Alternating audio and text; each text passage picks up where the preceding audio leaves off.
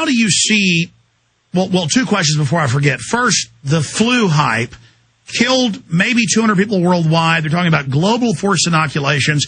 Is this the global World Trade Organization, World Health Organization cover to bring in control? Why are they saying, oh, it's all over in the fall? They're the ones fear-mongering in government, A. And then B, is that kind of a backdrop? If they need to suppress revolution, they'll just hype up fear about flu, and then people will stand down, because that was said of Mexico. What they're doing and why, we don't know. And we're not on the inside, but I will tell you what we're forecasting. And we're forecasting that there's going to be something. And we're calling it the new black plague, and it's going to be real.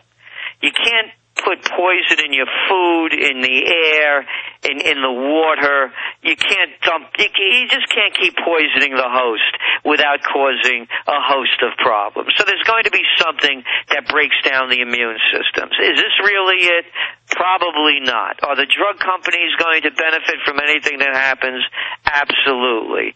Will they use something like this as the false flag to declare martial law and to take the people that were once the home of the free and the brave into federal dictate and to subservience?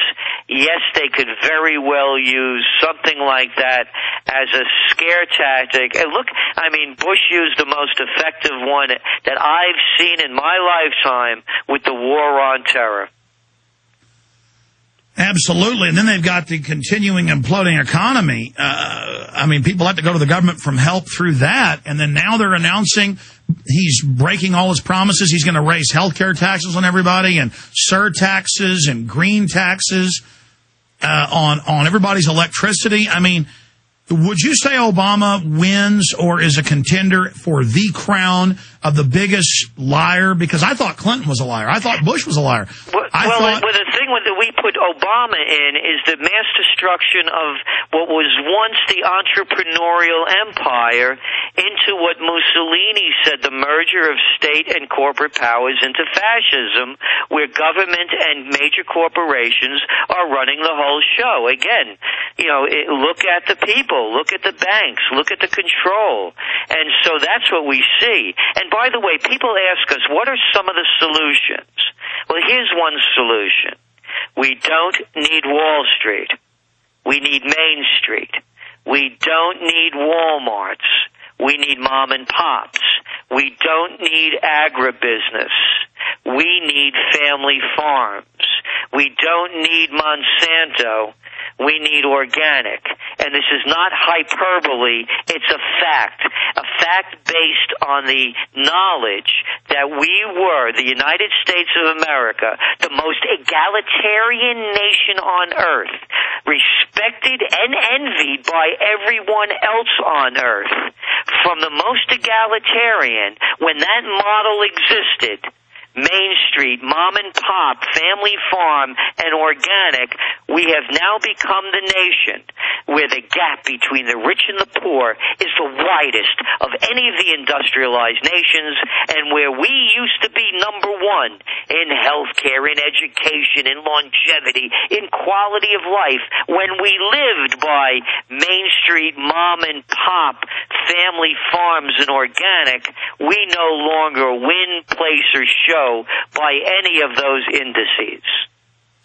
Because we're mentally and spiritually poisoned, and the establishment knew that, and all of those big vertically integrated corporate structures are waging war against mom and pop and Main Street, and now they've got the Animal ID, the Premises ID, openly to shut down family farms and ranches, the Clean Water Restoration Act to federalize all the water. I mean, they're coming in as the economy implodes, trying to pass the carbon tax, knowing it'll shut things down further. This is like the global mafia burning us out.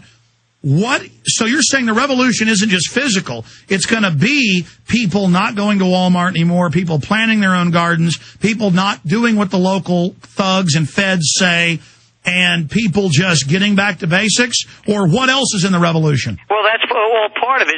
My thing is I boycott corporate food. I won't eat it. I go to the local guy. I won't go to the Dunkin' Donuts guy. You know, I support. I go to the farmers markets. I don't buy factory food.